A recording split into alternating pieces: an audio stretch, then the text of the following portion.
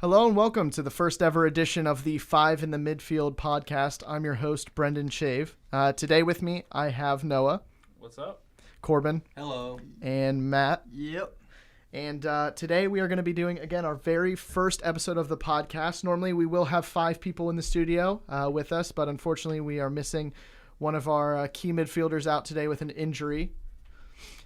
Colin, who, again, will normally be on episodes of the podcast, out today with migraine, illness, all that fun stuff. I mean, it's the middle of winter, so, like, you're sick every other day, basically. Also coronavirus. Yeah. Definitely could be that. Yeah, definitely could be. Maybe he's the third case in Ohio that we haven't heard about yet, but we'll see.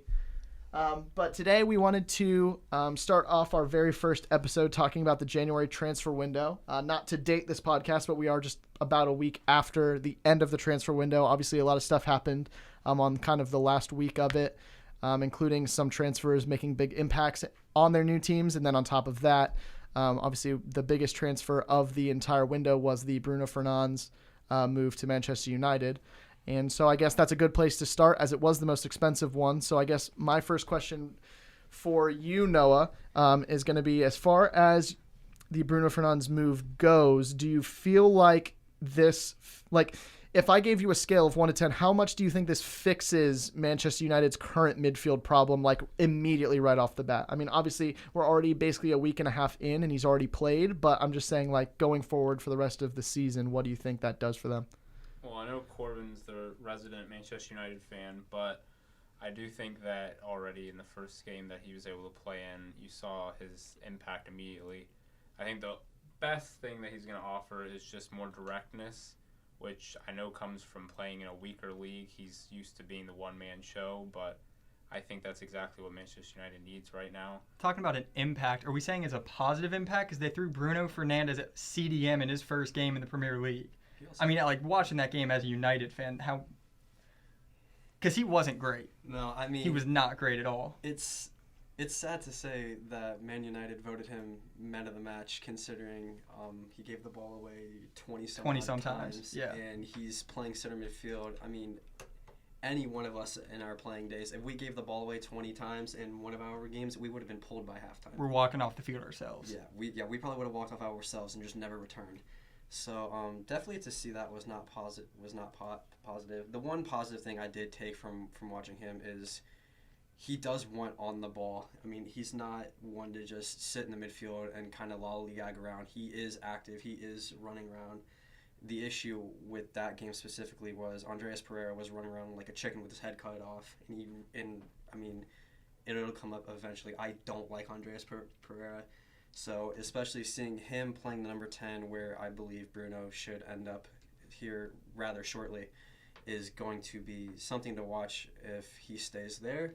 Or maybe when Pogba returns, which I believe should be soon, is he going to push Bruno to the 10, Pogba to the 8, and then is it either going to be Fred or Scott McTominay playing the number 6, which I think will end up being the center midfield when time comes. Well, I would say, too, I think one thing that's important to keep in note for context sake is, like, he literally was at the club for, what, like 2 days? Mm-hmm. Like, before like, maybe 2 days, like, including physical, like, before he steps on the field for his first game. Like he probably, I mean, I don't know enough about him to say for sure, but, like, he probably doesn't even have a full comprehension of the English language, like, let alone playing in a Premier League side, like, 2 days in, you know what I mean? So, like, for me, it's not as, like, I don't hold him to a high, like, standard necessarily for that performance, but at the same time, it's like you can't really put everything against him, even if he did play poorly, because he doesn't, like, probably had 1 day of practice, maybe. He probably, again, like, he's Portuguese, lived in Portugal his whole life. Like, I assume he probably doesn't have English as a strong second language yet, unless he's, like, just has a very international brand. But, like, most Portuguese players, or just players in general who are from the country that they play in, don't necessarily always know English as their second language. Like, he actually doesn't know barely any right. English. So yeah. So, like, again, to my point, like, imagine trying to play a game of soccer for 90 minutes at the highest level when you can't even communicate with your teammates. Like, yeah, I mean, like, Andreas Pereira probably can communicate with him because he's Brazilian. Like, most Brazilians know Portuguese. Like, as funny as it is, like, as much as you say, like, you don't like Andreas Pereira, he's probably the only one on that whole team he could have communicated with. I mean, he's probably the only one he could have communicated with. I mean, to think about, if I remember correctly, the midfield for that game was Bruno, Andres Pereira, and Fred. All three of them should be speaking Portuguese. That's true. Which I guess may have been a reason. I mean, don't get me wrong. I'm not holding. Maybe Ole had a plan all along. Ole, I mean, honestly, you have to think that that was game. the thought process. Yeah, I mean, put 3 Portuguese speakers in the midfield together because you want to get Bruno in the lineup. Yeah, based on what I was so gonna you're say. starting like central 3 was Pereira, Fred, and Bruno. Yeah, so it was a Brazilian 3, or excuse Portuguese me, speaking. a Portuguese speaking 3. Apologies. In theory, yeah. Yeah, a Portuguese speaking 3.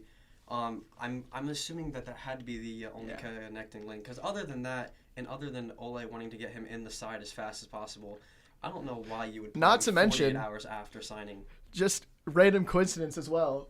Wolverhampton starting 2 midfielders, also Portuguese. Okay, Neves to be and, fair, 90% of them. Mourinho. Neves and Mourinho. So, like, Yeah. at the very least, everyone that he's probably playing against in that, like, core part with and against speaks Portuguese. I would love to hear what the shit talking that game was. Yeah. Would love to hear what the trash talking was going on. That's like when you play in a 5-a-side rec league and, like, the other team completely speaks Spanish, and we're just, like, sitting there, like, we have, like, oh, dude, like, not even the ref knows, like, what they're saying to us. But, Like, like, it's ironically funny because we have played in like games like that enough to where you can kind of pick some of it up. I mean, we've all taken high school Spanish. Well, Noah's Colombian. Like, he just knows Spanish. But, like, even us, like, I've taken enough high school Spanish. I can point out when someone's talking shit to me. Like, you can pick up words here and there, but, like, Bruno Fernandes, he's played in the Champions League a couple times. I mean, obviously, no, he's not going to understand the complete English language day one. But you would have to imagine he has a general understanding of what he needs to know in English the day he stepped on the field.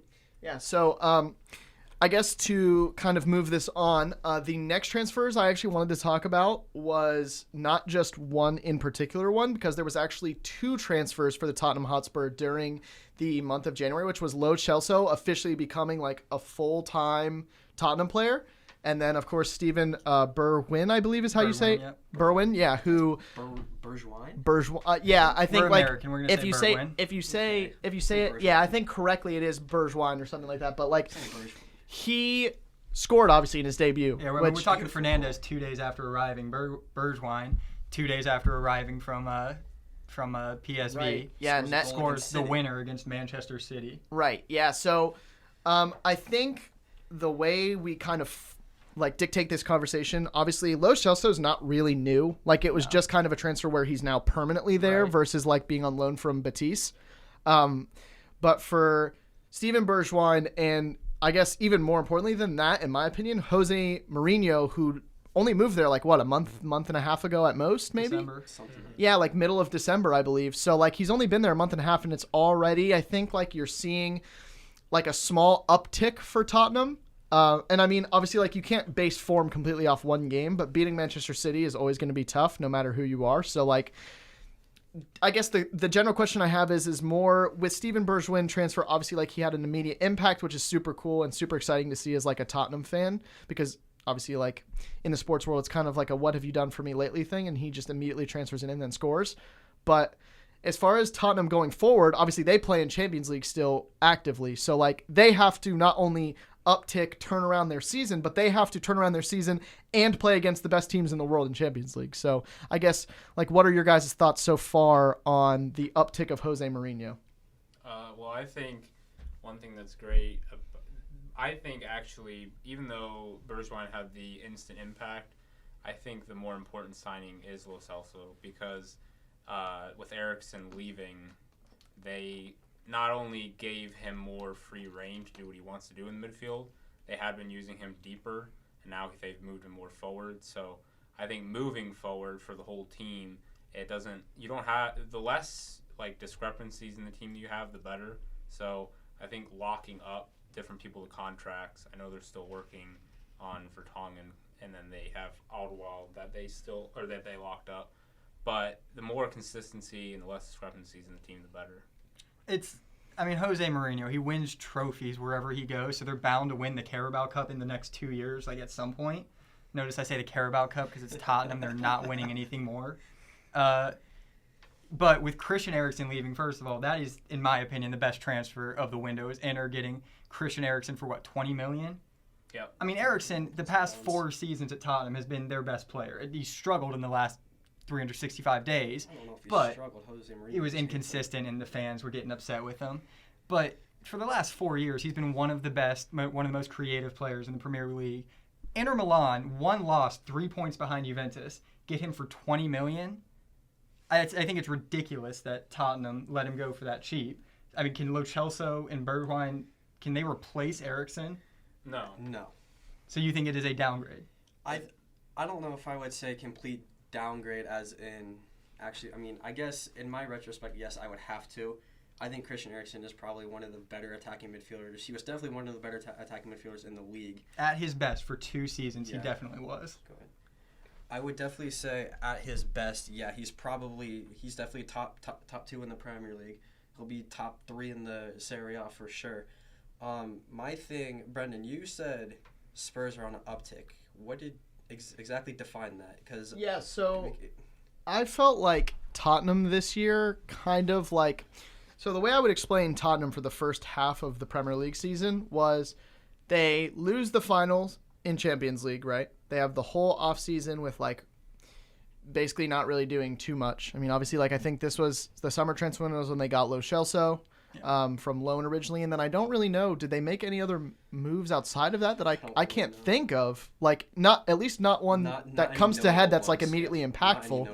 Yeah, right. They got So rid of a couple players, and they also loaned in. Ndombele, they got that's Ndombele. right. They got Ndombele. Yeah, so Ndombele has been like a decent Premier League player, I would say for sure. He's been injured. Now. Yeah, right. I mean, he just came back right against Man City. That was like one of his first games back, I think. So, yes. So for me, like Tottenham, from the point that they lost Champions League to Liverpool, were on an exponentially downward. Like if you looked at their team on a graph, it's downward. Mm-hmm. I think once Jose Mourinho joins, it's like a slight uptick because immediately you just get like a really notable coach. It kind of flattened out, in my opinion, and then you get Lo Celso permanently, like a small uptick for fans. You get Steven Bergwijn, small uptick for fans because obviously like people that watch international soccer know like he is pretty good. Like he is someone that against City, immediate impact. So people like probably held him in a pretty high regard, and especially for the price that they got him for. Like I think that's a pretty good move for them. And then, I mean, obviously like it's very obvious that if you're a team in the Prem and you beat Man City at any point, like that is an obvious uptick to me. Right. Okay. I get what you mean now. I just wanted to see because I know they were. So yeah, like I would say, like think about it like a stock market almost, where like their stock plummets from the point they lose Champions League till the point they fire Pochettino, and then hire Jose Mourinho, and since then like gradual uptick, like stock starting to rise again, like people probably looking that maybe they bought their stock low, now they're just holding for it, see how high it'll rise, and then sell it. On paper, it is. They are on the rise. On paper, you bring in a new manager after 5 years of this, quote, great manager, Pochettino, never won anything. You bring in Mourinho, who has a tendency to win wherever he goes. So on paper, it looks good. But let's be real. In the next 2-3 years, 2 teams are competing for the Premier League title. Liverpool City. There is no reason to believe. United, Arsenal, Tottenham. There's no reason to believe it's going to be a competition for the next 2 or 3 seasons. I think, speaking on Tottenham, I know, yes, they won that game against City. I don't know if this came out recently or how recent it was, that some of the Spurs players are actually like against Mourinho's tactics because they are such an attacking team. They do have so many incredible attacking outlets. Talking about Son, who is going to end up being a PFA Player of the Year candidate at least. Right. You have Lucas, who's one of the most creative players in the top 6 for sure. And is Harry Kane going to come back this season? He'll be back in the next month and a half. Say when Harry Kane comes back, he'll be back just in time for Arsenal at the end of the season. There it is, of course. Score a penalty or something. I feel like when Harry Kane comes back, Jose Mourinho might open up his tactics to a little bit more attacking football.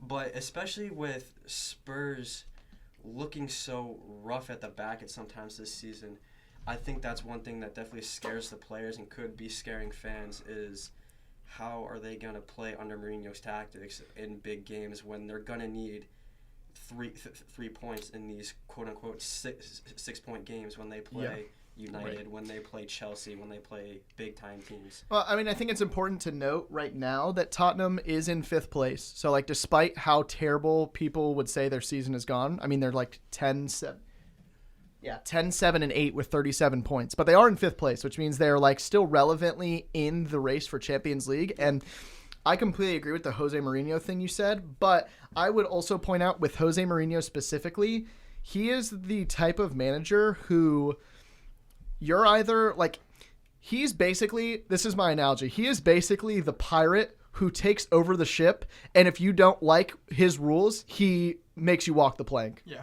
Like Jose Mourinho, in any team he's ever coached, he comes into the thing, he says, this is how we're going to play football, or this is how we're going to play soccer, and if you don't want to play it this way, then you'll be gone in the next 12 months.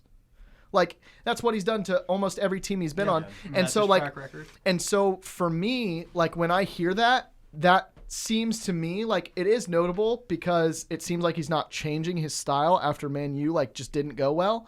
But it's also, to me, it sounds like same old, which, I mean, has worked for Jose Mourinho in the past. So, like, you can't really say that it's a flawed system, I guess, at this point, despite one, bad, like, club's worth of struggle. It's not a flawed system, but his track record is he has success. And like I just said, though, he's not going to have success in the Premier League with Tottenham. He's just not.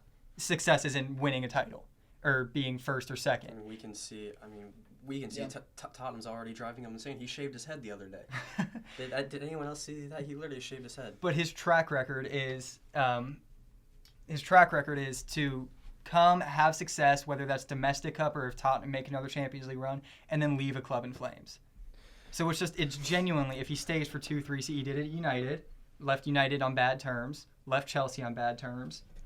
It's going to happen to Tottenham in the next 2-3 seasons before they're able to compete for the Premier League. Yeah. Right, yeah. So I do have one more transfer that I want to move on to quickly before I know we all want to talk about the big Haaland transfer, but I did want to talk about one more because I know this is something that you actually pointed out. You feel like the Sander Berge move is like a really, really good one. And I know this is kind of like the last Premier League transfer I wanted to talk about real quick. And I know you kind of had your own thing that you wanted to do. So I'm going to just let you go and kind of explain your thoughts on this because you seem to be very high on him, more so than like the rest of us are. Yeah, I mean, Sander Berge coming over from Genk in the Belgian Premier League, I guess is the way to call it. This should be a decent move for Sheffield United. A notable player coming in the holding midfield role, one that's going to sit in there, distribute. He's going to create from deep. Not quite Sergio Busquets-like, but he's definitely up there. It's a good comparison to his game. And for only 22 as well. 22 mil. He's pretty young as well. So Sander Berge coming into Sheffield United. And that's also a team that, if I remember correctly, is in that carousel of Premier League teams who are so inconsistent that no one knows who's going to finish 4th and 5th. But they're in that 4 to 10 range where they're definitely in striking distance. And to me, this is a move that just says, you know what, we're going to go for it.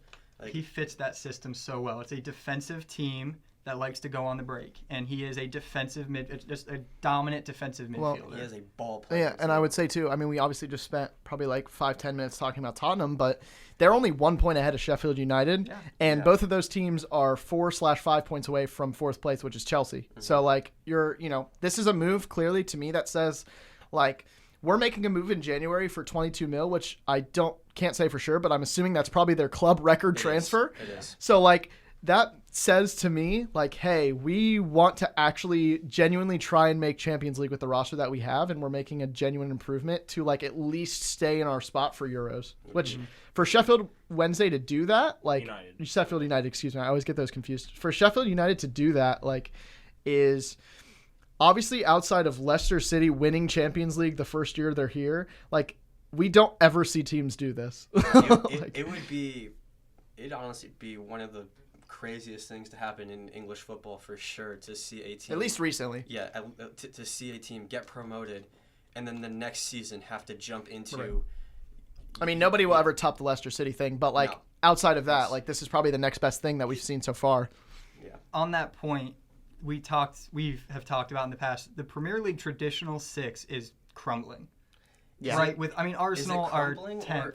Is it crumbling, or the money divide is becoming less and less? Teams like Leicester have the money to spend. Or is the Big 6 becoming a Big Ten, and then the Big Ten is going to become exactly. A big league. It's not just a traditional. I would six say anymore. I would Lester say has it's not as cracked it. I would say it's not as much of a Big Ten as it is more of like a big, almost like two. You have to dominate. I mean, it's literally Liverpool, Man City, and then Well, like right now it's just Liverpool in the field. yeah. I mean, that's true. This season in particular, it's going to be Liverpool in the field. I don't expect Man City to do this bad again though, because I think like this is obviously very like narrative based, but like I feel like Manchester City almost want Champions League more than Premier League, We all and knew Liverpool going into the season they and were Liverpool swapping is the trophies. opposite. Like Liverpool really wants to win Mm-hmm. really wants to win the Premier League, and like obviously they're still right now in contention and to win a treble, but like I don't know that it's going to be possible for them to win a treble. Here in the next month, we're gonna see what Yeah. bag they put their marbles in. I mean, and it's right. going to be, well,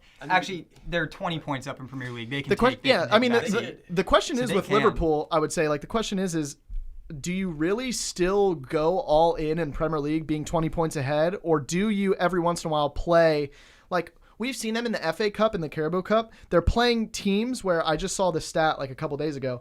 They played a team whose average age was 19 years old and like 100 days in their FA Cup game against Shrewsbury. Obviously, Shrewsbury is not good. Like, you can afford to do that when you're Liverpool, but like it is important to note that they are literally playing, you know, only like a really young team. And obviously earlier it was a big thing in, you know, November, December, where Jurgen Klopp was saying like, we're playing 5 competitions at the same time. Like, I don't know how you expect us to do all this, where we, you know, Liverpool literally sent 2 different full squads to different places because they had games like within 24 hours of each other, and there's nothing you can do. Like, I had a point. I completely forgot.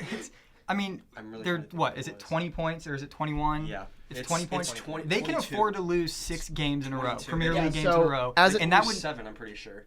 20. I'm pretty sure the gap's as 22. it stands of recording this right now, Man City is at 51, Liverpool is at 73. So 22. Yeah. Liverpool could lose their next 7 7. Premier League games. Man City would have to win 7 All in a 7, row. yeah. Liverpool still have the lead. So- Liverpool could throw out us 4 and then 7 other freaking middle schoolers, and they can afford to do that and just save Salah, Mane, So, Firmino, Henderson. They can save them for that Atleti Champions League game. So to Right. wrap that point up real fast, I would say for now, yes, Liverpool are going to keep their focus on the Premier League and wrap it up. Here's the thing: Liverpool can wrap up the title.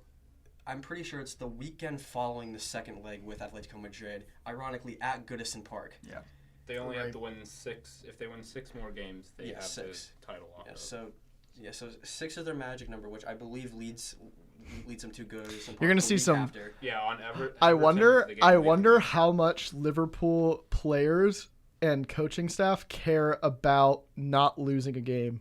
Like, my question is like, obviously you're probably not going to go to town on it to the point where like you could, like, if you win the next 6 games and lock up the Prem, like, obviously if you're still in FA Cup and Champions League, you're probably going for the treble at that point, just because it obviously would be an amazing accomplishment to do that. But my question is like, do we get to the point where like they're in the game like 10 games from now, where we've got a Champions League game midweek and a FA Cup game on the weekend and all that stuff, and it's like, what lineup are they putting out where like you're playing Aston Villa or something, but it's like, if we lose, we're now not undefeated in the Prem Right. anymore. Yeah, Like, I think I'll tell you, Arsenal Twitter is dead set on no matter what happens the rest of the season, Liverpool wins out, 1 draw, no losses, 37 wins.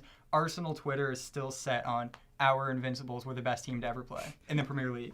And I think it would be funny to see the arguments on Twitter if Liverpool 35-3-0, 34-4-0. yeah. If Liverpool did that, as an Arsenal fan, I cannot sit here and say, yeah, that Invincibles team could beat this Liverpool team. It was as a fun. football fan, Henri, you can do I mean, it is a fun team, but just statistically well, speaking, and I think like this that Liverpool always team- that argument's always going to happen too. Like, when you have a team that's much older, like Mm-hmm. everybody wants to always be like, oh, the Invincibles were insane because Thierry Henry's a legend of the game, and you know, like blah blah blah. Like, but 15 years from now, people are going to say Sadio Mane, Virgil van Dijk, Mohamed Salah, Alisson was an insane goalkeeper. Like Trent Alexander-Arnold's the best English right back maybe of all time, and he's only 22 years old. Like, you know what I mean? Like, we're not minimizing what the Invincibles did because at this point they're the only team to have ever done do it. Yeah. But if Liverpool go on and keep doing even if they don't win Champions League, obviously Arsenal that season won Premier League and that was it.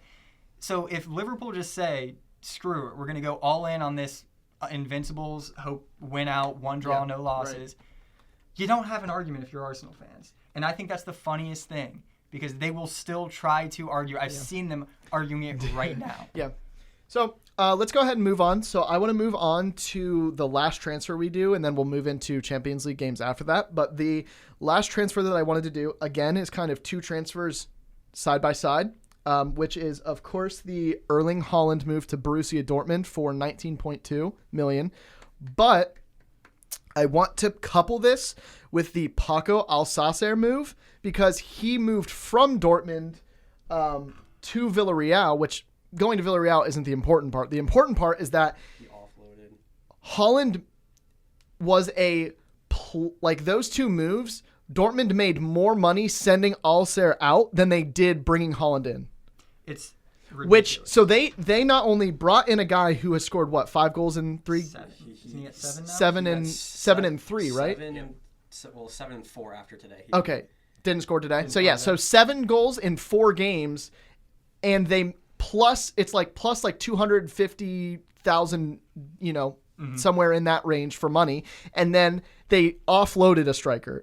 So it's like I don't even know where to start with what we're seeing from him so far. Well, I think I'm going to go the direction that most people wouldn't go and actually defend Paco for a little bit, because if you look back to last season, this season, Haaland is just doing what Paco did when he first was permanently. That's true. And it's funny that you say that because that's something that I've seen with Dortmund strikers. I don't know if you guys recall, but about a season and a half ago, I want to say it was January of 2018, actually, it would have been Michy Batshuayi moving from Chelsea to Dortmund and scored 6 goals in 6 games or something like that for the first month he was at Dortmund. Yeah, maybe and there's then some diet, some training regimen that they got at Dortmund that just whips players. Well, it's weird though because you've seen that, and then obviously it was Mario Götze explodes on Dortmund, Marco Reus explodes on Dortmund, Aubameyang explodes on Dortmund. All these players seemingly on Dortmund that are attacking options seem to move to Dortmund and then just go insane immediately, and then go somewhere else after. Yeah, I mean, I'm pretty sure we've all seen the picture or video of Erling Haaland before he comes on for one Dortmund game. He just pushes back a black test tube of something. Nobody knows what's in it. He makes that face what the fuck did I just drink? Only anybody knows what's in there. Is it water? Is it Gatorade? Is it Michael's special stuff? I mean, seriously, what? Probably Grey Goose. just a clear bottle of Grey Goose. Nah, it's Germany. They're drinking straight beer. True. Yeah. They're drinking. No, but I mean, I don't know. It's crazy to me that Dortmund seems to keep doing this because it's been probably 6 or 7 years. Even when Jurgen Klopp was there, they just they did it with Robert Lewandowski as well. They just take a random player who's worth somewhere between 20 and 10 mil, and then he does insane, and then they sell him to somebody that's worth, for a crap ton of money. What's different about this one though, as opposed to Paco and Batshuayi, is this guy's young. Right, Michy and Paco were not wanted by every club in Europe. They were good. They are still good strikers. Yeah, I mean they're already. But Erling Haaland, Man U, every club wanted him. Right. We all knew he was going to be ridiculous. Yeah. And then he goes for under 20 million. I don't understand what the business. Right. Well, it's crazy. I was gonna say it's crazy his rise though, because I don't know if you guys remember, but I think it was last year or early in 2019 there was the video of this random striker from Norway who's just scored 5 goals in one game or he had a double hat trick or something. It was a double hat trick in a random international game, and everyone's okay, that's kind of nuts. And then he kept doing it, but people weren't paying attention, and then he goes to Dortmund and does it, and people were okay, this guy's actually really good, and nobody seemingly cared. Well, the fee, I just wanted to touch on the fee. It had to be that low because that's what his buyout was actually. Oh, was it a buyout clause? Yeah. On Salzburg, yeah. Yeah, they didn't actually do the buyout, but the buyout was only like $5 million. Yeah, so I think more. he went for 19.2. 19.2, and then I think And that was they just activated the release clause. yeah. So what they did is the release clause was either 20 or 25, and they realized that that was what they were going to have to go for, and because he chose to go to Germany, that they decided to let them undercut it because what they did is because I was actually looking up because I was surprised at how cheap it was. But what they did, they allowed him to undercut the buyout clause, and then they have a huge sell-on fee. So if he goes anywhere else, it is a much bigger sell-on fee. Right. Okay, so it's good business in the end. Yeah. for I mean, Salzburg. It should be. Well, it should. I think it's double. That's like a weird. I'm pretty sure the end-all be-all for Dortmund, if everything went as planned, it was north of 40 million. Yes, the sell-on clause. Well, and then the sell-on clause for sell-on, the Salzburg agent is fees going to and all that be stuff, 20 million as well. Yeah. That's weird for me in like some sort of like reverse psychology way. I mean, obviously, like RB Salzburg isn't in the Bundesliga, so like for them it doesn't really make a huge difference because it's not like they're selling someone to their own league, I guess.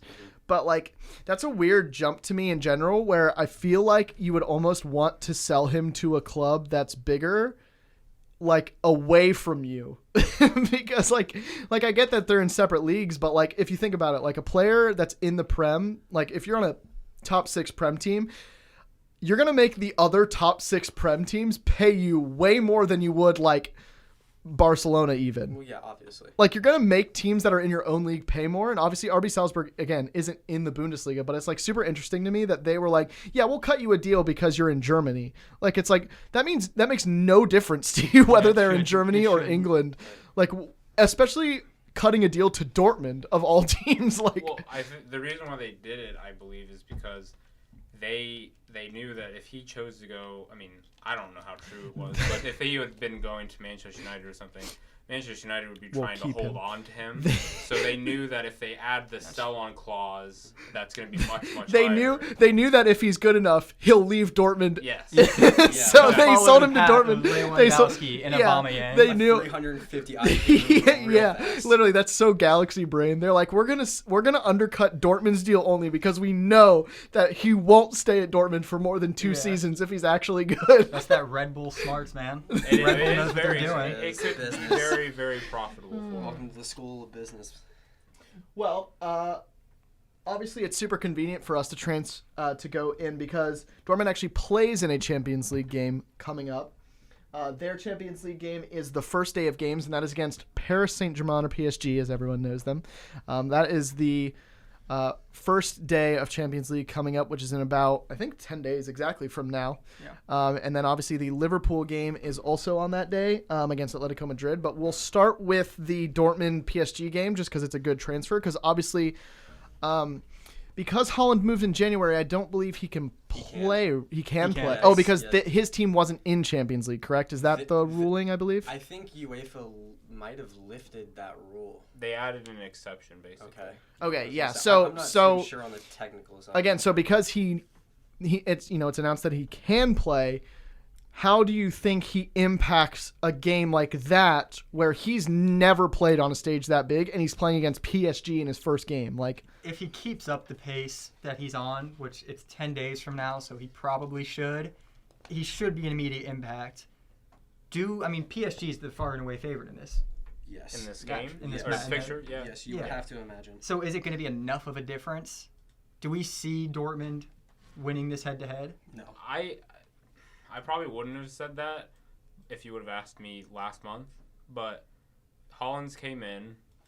Borussia Dortmund is kind of cruising right now. Yeah. They're not winning every single game, but I just mean that they're having good form. Haaland's having good form.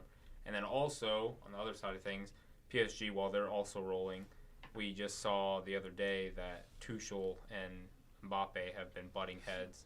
I don't know if that'll have anything to do with it either. I mean, we all know Mbappe's leaving in the summer. Are we sure about that? I'd be surprised if he didn't. I'd be surprised. Twitter would tell you he's going to Real Madrid because every single Twitter reply to anything related to Mbappe is just like photoshopped images of him in Real Madrid jerseys. Although I did genuinely hear something about Liverpool, which that doesn't really excite me even as a Liverpool fan because, like, first of all, that's like so much money. Yeah. And second of all, it's like, You'd have to move why? Bobby to the bench. Yeah, like, Liverpool doesn't need. Move it all around.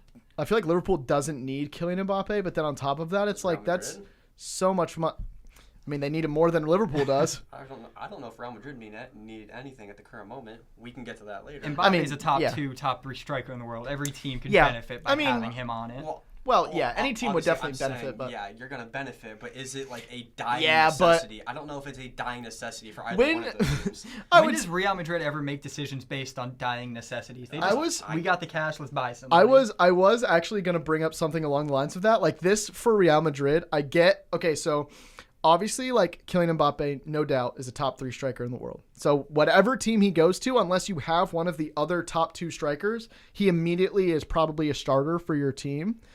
But the thing for me is moves like Neymar to PSG or Paul Pogba to Manchester United. Like, they're worth so much more than just what the player does on the field. Like, Real Madrid getting Kylian Mbappe makes so much sense because they have Zinedine Zidane as their coach.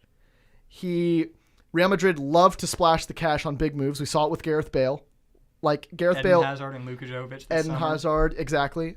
So, like, I mean, even at the time of the transfer, Cristiano Ronaldo to Manchester United was a huge move. It was the biggest move at the time. Right, exactly. So, like, Real Madrid obviously love to splash cash on really good players because that is part of their brand.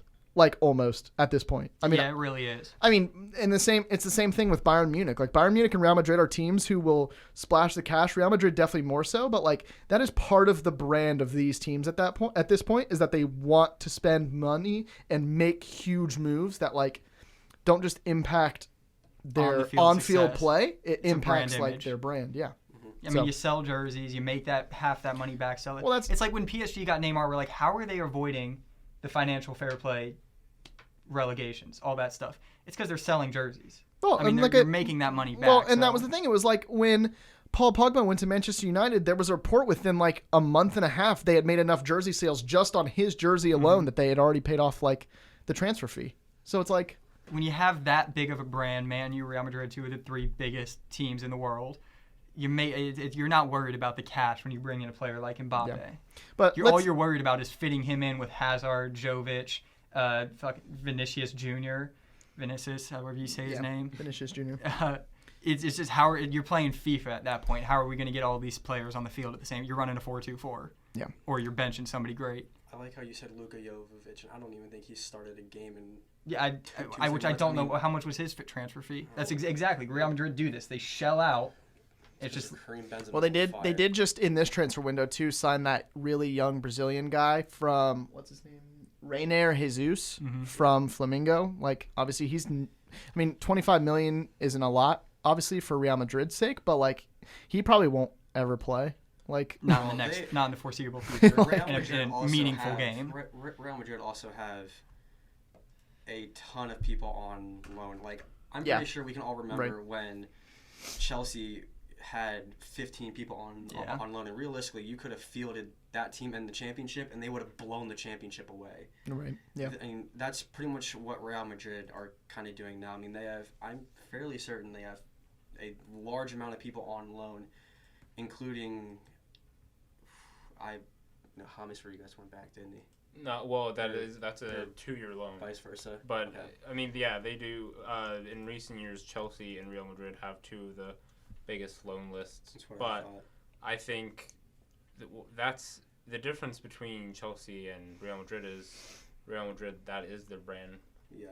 And they love spending money, and then they don't really know what to do once they bring in the player. Yeah, I mean, like, obviously, am I saying Kylian Mbappe is not going to Real Madrid? No, because at some point I think he will. Do I think it's this summer? I don't know. I think it might be next. Why do you think he will stay?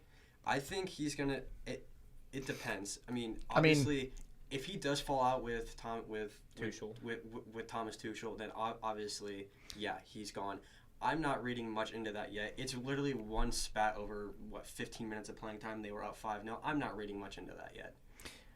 I don't think other than that, what is at Real Madrid that he's not getting at PSG? More. I mean, Madrid would offer more money. Right? First of all, a bigger stage. I should start with a bigger stage. La Liga is a bigger stage than League One. Well, La Liga's he's a Real Madrid fan.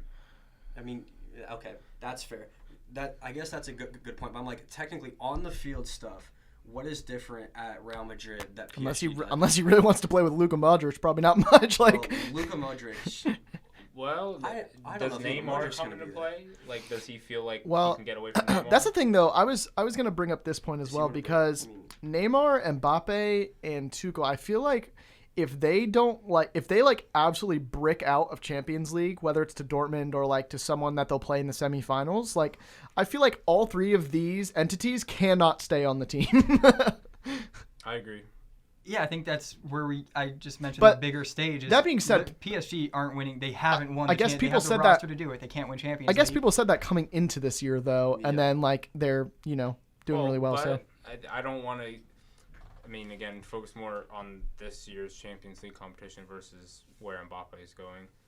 The thing is, they're where they've been every single year the past several years. Mm-hmm. So I think some people, they get too hung up Yeah. on how well they do in the groups. right, yeah, and I mean PSG is like, at least from what we know from like obviously Colin makes a big deal out of it because he's more of a PSG I wish fan Colin was here right now. than most of us, but like I feel like the narrative that they like basically always go out in quarters is still like super relevant to this matchup because it's very like obviously a possibility against Borussia Dortmund, who is like by no means a terrible team. So like, I think this is, and even though like on paper there are a lot better teams that PSG could have gotten, I think that this actually secretly scares them more than some of the other ones. I mean, PSG It's like PSG. I mean the thing Yeah. is PSG had a good We're on the same page. PSG had a really strong group stage, but like their group in comparison to the group that Dortmund came out of, like just they don't compare. Like No.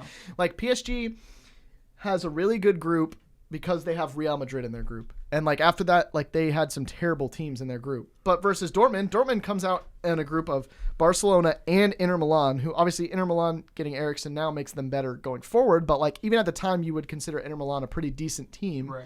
So I mean, Dortmund again, like just they're not slouches by any means. So there's there's a very good chance that that they make something happen here. Yeah, I mean, it's gonna be. I think it's gonna be a good fixture. Yeah, I mean, I have it written in my notes as the shootout of the old Wild Wild West because you don't really know what PSG's defense is ever going to come up with. And Dortmund, as much as they can score, I think the only game that they've realistically stopped anyone recently was Union Berlin when they smoked them 5-0.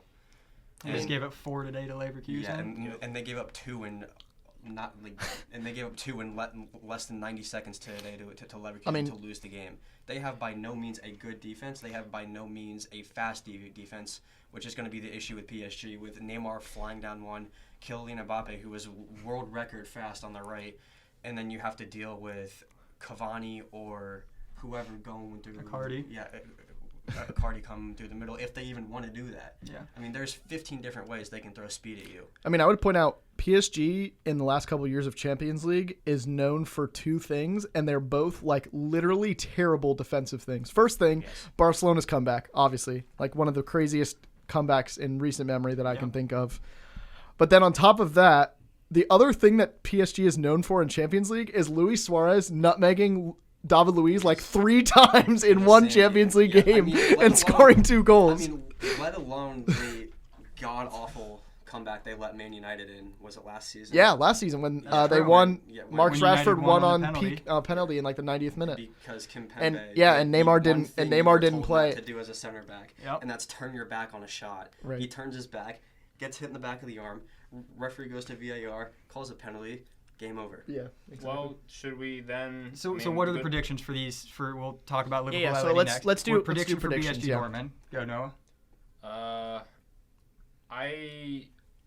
I'll actually go with Dortmund. You're going I Dortmund. wasn't going to before. What's It's the act- score over it's 2 gonna be legs? close. I'm going to go 4-3 over the 2 legs. Okay, Corbin. I'm gonna go PSG 5-2. Yeah, I got to go PSG, and on top of that, PSG is going to lose in the quarterfinals, and that's why I say Mbappe's gone after this season. You're calling hot takes Okay. all day. Is that a hot take? I mean, they'll get Bayern or they'll get Well, what's the hot take? Them City getting or knocked out Real. or Mbappe leaving? Both. like them getting knocked out in this round, or Mbappe leaving this summer. Yeah, which one's a hotter take? What do you think? The hotter take would be them losing now. No, I'm saying quarterfinals. They'll beat Dortmund. They'll lose Okay. quarterfinals. Well, Okay. I mean, obviously it depends on the draw because Atalanta and Valencia are literally just sitting there as True. literally devils. But there's a very real chance to get Juve, Real, Barca, Liverpool. That's fair. So that's why I'm saying nobody cares about what they do in the This French round. league. So- in the French okay. league. I'm sorry, and that's why I say I was like, if Real they lose this round, Madrid someone cares. or I mean, Man U could offer the money, offer Mbappe a bigger stage, and that's what he needs right now is a bigger stage. I hate to be this guy, but my prediction is actually going to be a 1-1 draw because of the fact that it's in Dortmund. Over 2 legs. What are you saying? Over both legs, I think PSG will win. Okay, I think specifically for the first game, because it's in Dortmund, it's going to be a 1-1 draw. that's fair. But I think over 2 legs, like the way I see this matchup is a 1-1 draw in Dortmund maybe. Like even maybe a 2-1 win for Dortmund, but then like you go to PSG and I think PSG wins the game like 3-1, 3-0 maybe, and then it just kind of like slips out of Dortmund's hands even if they have the lead going into the second leg.